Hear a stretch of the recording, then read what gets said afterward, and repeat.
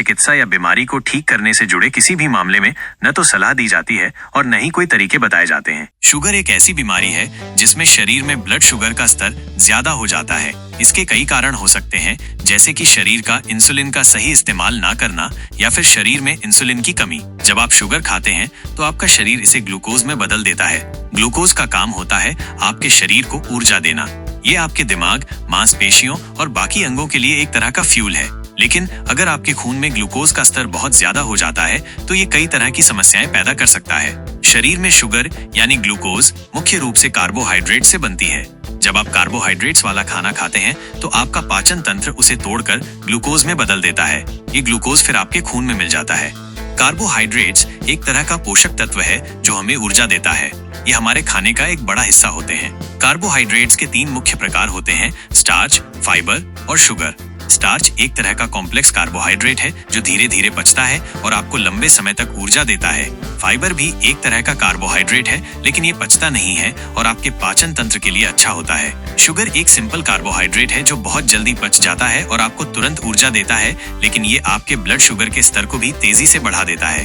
आपका शरीर ग्लूकोज को आपकी मसल्स और ब्रेन जैसी चीजों को एनर्जी देने के लिए इस्तेमाल करता है। ग्लूकोज का स्तर एक हार्मोन के जरिए कंट्रोल रहता है जिसका नाम है इंसुलिन। ये इंसुलिन आपके पैनक्रियाज नाम के अंग से बनता है। जब आप खाना खाते हैं और आपके खून में ग्लूकोज का स्तर बढ़ता है तो इंसुलिन आपके शरीर की कोशिकाओं को ग्लूकोज लेने में मदद करता है। इंसुलिन खाने से मिली चीनी को आपकी बॉडी की कोशिकाओं तक पहुंचाने का काम करता है। अगर आपके शरीर में इंसुलिन रेजिस्टेंस है तो आपकी कोशिकाएं इंसुलिन के प्रति रिएक्ट नहीं करती और चीनी आपकी कोशिकाओं में नहीं पहुंच पाती। इंसुलिन एक तरह की चाबी की तरह है जो आपके शरीर की कोशिकाओं के दरवाजे खोलती है। जब इंसुलिन आपके खून में मौजूद होता है तो ये आपकी कोशिकाओं को बताता है कि ग्लूकोज को अंदर आने दो। फिर ये ग्लूकोज आपकी कोशिकाओं को ऊर्जा देता है। अगर आपके शरीर में इंसुलिन की कमी हो जाती है तो ग्लूकोज आपकी कोशिकाओं के अंदर नहीं जा पाता। इससे आपके खून में ग्लूकोज का स्तर बहुत ज्यादा बढ़ जाता है और यही टाइप 2 डायबिटीज का कारण बनता है। इंसुलिन रेजिस्टेंस के कई कारण हो सकते हैं। कुछ लोगों में तो इसका कोई स्पष्ट कारण नहीं मिलता, लेकिन कई बार ये बढ़ते वजन, कम फिजिकल एक्टिविटी और कुछ दवाइयों के सेवन की वजह से हो सकता है।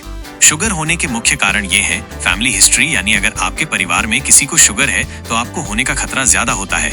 दूसरा, बढ़ती उम्र के साथ शुगर का खतरा बढ़ता जाता है।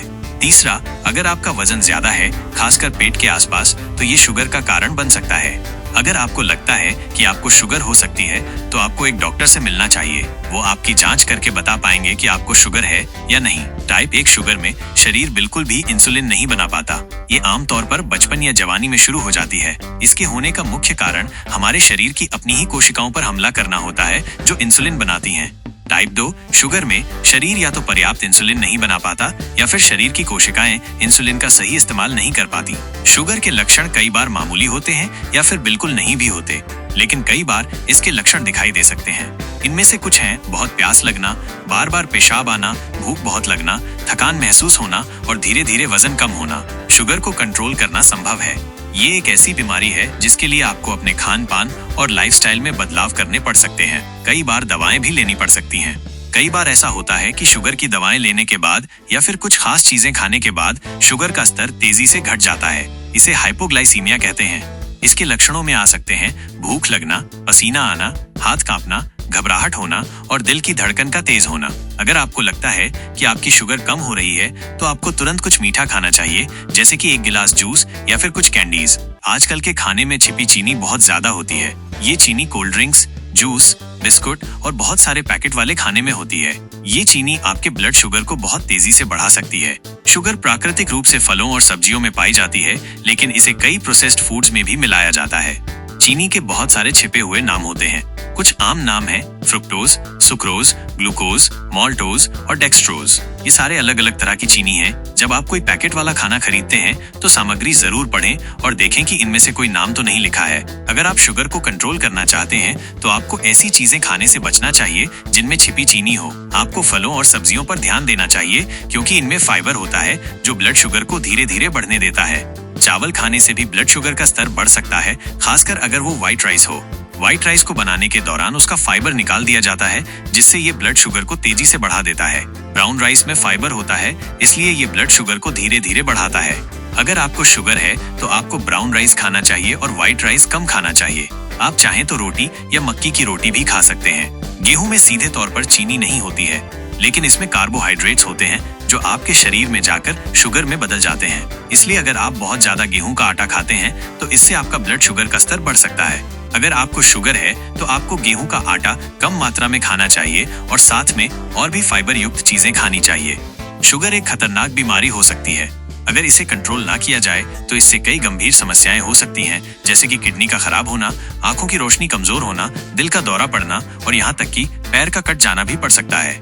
लेकिन अच्छी खबर यह है कि अगर आप सही तरीके से अपना ध्यान रखते हैं तो शुगर को कंट्रोल करके एक अच्छी जिंदगी जी सकते हैं। आप कुछ चीजें कर सकते हैं। सबसे जरूरी है कि आपका वजन कंट्रोल में रहे और आप रोजाना एक्सरसाइज करें। इसके अलावा आपको अपने खाने पर भी ध्यान देना होगा। जंक फूड और मीठे पेय पदार्थों से दूर रहें। इसके बजाय फल, सब्जियां और साबुत अनाज जैसे फाइबर युक्त खाद्य पदार्थों पर ध्यान दें। मिलेट्स को शुगर के मरीजों के लिए काफी फायदेमंद माना जाता है।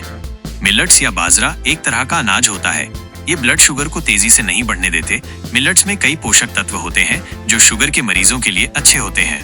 इसमें बहुत सारे पोषक तत्व होते हैं जैसे कि फाइबर, आयरन और विटामिन।